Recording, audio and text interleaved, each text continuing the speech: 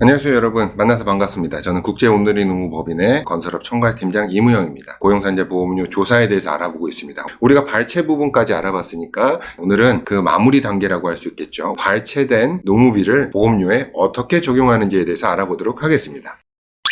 저번 시간에 근로복지공단에서는 여러분들이 제출한 계정별 원장이죠. 이 계정별 원장, 재료비도 있고 소모품비, 지급수수료 각각 계정이 있는데 여기서 외주비, 재료비, 보수성 금액을 이러한 기준에 의해서 발췌했다. 그러면 그런 것들이 어떻게 적용되는지 한번 보도록 하겠습니다. 이 공사 원가 명세서를 세무사 사무실에서 엑셀로 받으실 수 있어요. 그 옆에다가 발췌된 부분에 대한 것들을 제가 적용을 해놓은 거예요. 재료비도 있고 여러 가지 계정들이 쭉 있습니다. 그 중에서 보수로 발췌된 것의 특징은 뭘까요?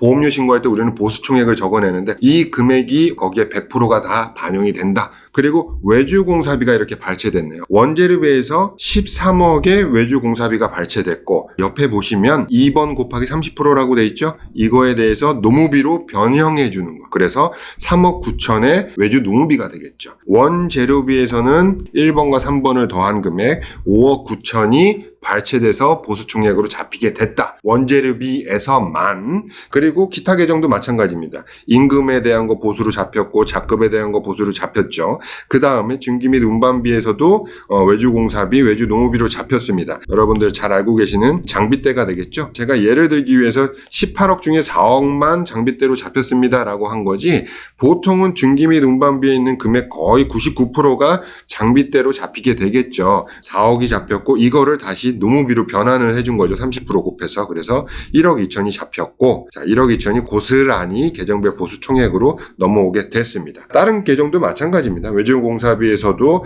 이제 인건비가 잡혔고, 공사비가 잡혔고, 공사비의 30%한 금액, 그래서 6억이 잡혔다. 자, 그래서 2단계가 제일 중요한 단계입니다. 보수 총액 산정이라고 되어 있는 부분 보면 이 20%와 70%는 어디서 왔을까요? 우리 전 시간에 매출장을 기준으로, 공사 수익금 계정별 원장을 기준으로 원도급과 하도급, 고용 승인을 구분했죠. 그래서 원도급의 매출 총액을 전체 매출의 비율로 나누니까, 예를 들면 전체 매출이 100억이라고 치면 100억의 원도급 공사가 20억 했었어요. 1년 동안. 그러면 원도급 매출의 비율이 20%죠. 그걸 얘기하는 겁니다. 고용 승인과 원도급 공사 비율을 합친 건 고용보험 비율이 되겠죠. 70%가 나오는 겁니다. 잘 모르시겠으면 전전전 영상을 참고해 주시기 바라겠습니다. 그래서 여기서 발췌된 계정별 보수총액 금액을 각각 20%, 70%로 곱해주는 겁니다. 5억 9천에 20%니까 1억 1,800이 되는 거고, 5억 9천에 70%니까 4억 1,300이 되는 겁니다. 이런 것처럼 모든 계정에 대해서 각각 산재 고용 비율로 다 곱해서 금액을 산정해 줍니다. 하나 주의하실 거. 3월달 보수총액 신고할 때는 또 공단에서 조사를 할 때는 고용보험은 장비대에 대해서는 안 내시는 거예요. 이런 것들을 적용해서 금액을 다 더하게 되면 현장 일괄의 산재보험 보수총액으로 적어야 될 금액이다. 고용보험은 또 이 금액을 다 더하는 거겠죠. 여기서 또 중요한 거 하나가 있습니다. 뭐가 이렇게 빠지고 넣고 많죠. 여기 보시면 노란색으로 칠해진 부분이 있어요. 임금에 대한 부분인데 다른 말로 간접노무비라고 얘기합니다. 즉 정규직 급여에 대한 노무비는 산재는 현장에서 내지만 고용보험은 2억에서 70%의 1억 4천만큼은 본사 신고분으로 넘어간다라고 하는 거예요. 중요한 겁니다. 고용보험에선 두 가지가 빠지네요. 뭐뭐 빠지죠? 장비대 첫 번째로 빠지고요. 두 번째, 이 본사 상용직 급여에 대한 부분, 현장직 급여에 대한 간접노무비 부분은 산정해서 본사로 넘긴다. 제가 이 말씀을 왜 강조드리느냐? 자, 여기서 보시면 전체 임금 보수총액이 2억이에요. 고용보험 현장에 적용되는 비율은 70%이기 때문에 2억 중에 1억 4천만 현장 고용보험으로 적용이 된 거죠. 그럼 나머지 6천은 어디 있을까요? 30% 해당하는. 이건 무슨 비율이죠? 아무것도 보험료를 내지 않는 미승인 하도급 비율이 되겠죠. 1억 4천 말고 나머지 6천은 이 30%에 들어가 있는 거고, 여기에 들어가 있기 때문에 아무리 우리 정규직 급여라 하더라도 보험료를 우리가 아예 안 내는 게 맞다. 라는 거, 이거 굉장히 중요한 부분입니다. 그래서 여기서 한 가지 팁이 또 하나 발사가 되는 거죠. 10명의 근로자가 있다고 칩시다. 1번은 대표, 2번, 3번은 관리자, 즉 내근직, 4번부터 10번까지는 현장직, 공사부, 이렇게 됐다라고 가정했을 때 여러분 회사가 원도급 공사 현장이다, 원도급 위주의 공사 현장이다라고 한다면 이 4번부터 10번까지에 대한 보수 총액이 산재와 고용의 현장에 그대로 녹아들게 되는 거죠. 이 4번부터 10번까지의 보수 총액이 2억이라고 치면 본사 산재보험료율은 1%입니다. 1.09%인가 그래요. 현장 산재보험료율은 거의 4%에 육박합니다. 거짓 4배 차이, 3배 이상의 차이가 나는 거죠. 그러면 같은 근로자의 같은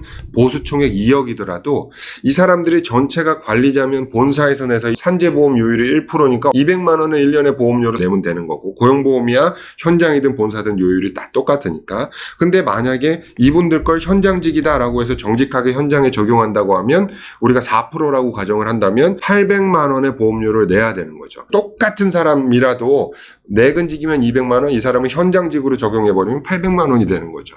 만약에 우리가 현장의 구분이 거의 100% 하도급만 있다고 한다면 산재 비율 자체가 0% 가까이 되는 거겠죠. 그러면 반대인 거죠.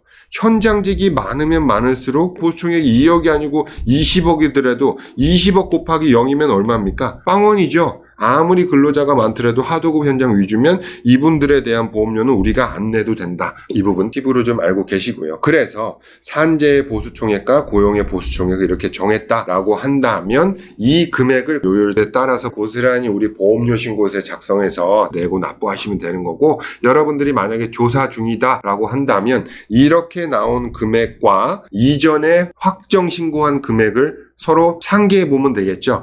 우리가 예를 들어 예전에 1억 3,800의 보수총액을 냈다. 근데 다시 계산해 보니까 11억 3,800이다 라고 한다면 우리가 10억을 보수총액을 덜 책정한 게 되겠죠. 이 10억의 산재보험 요율, 거의 4%에 육박하는 요율을 곱해서 추징보험료가 나오는 거고요. 여기다가 가산금 10%와 연체이자 9%, 덜 낸 보험료 원금의 거의 120%에 해당하는 금액을 우리는 추징금으로 부과받게 된다.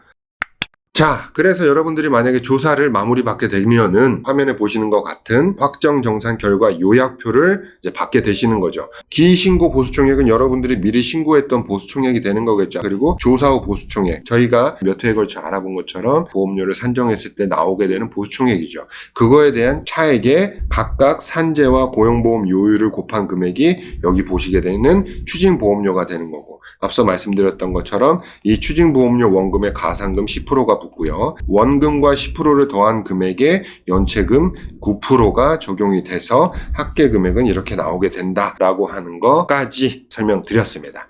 여태까지는 제가 고용산재 조사에 관련해서 말씀드렸고, 또 이제 3월에 여러분들 보수총액 신고해야 되는데 제가 조만간 기획해서 여러분들이 신고를 잘 하실 수 있게끔 보수총액 신고용으로 자세히 찍어서 다시 찾아뵙도록 하겠습니다. 긴 시간 시청해 주셔서 감사합니다. 여러분들 조금 더 궁금한 내용들은 제가 운영하는 카페나 다른 영상 보기를 클릭하셔서 관련된 세부 내용 확인해 주시길 바라겠습니다.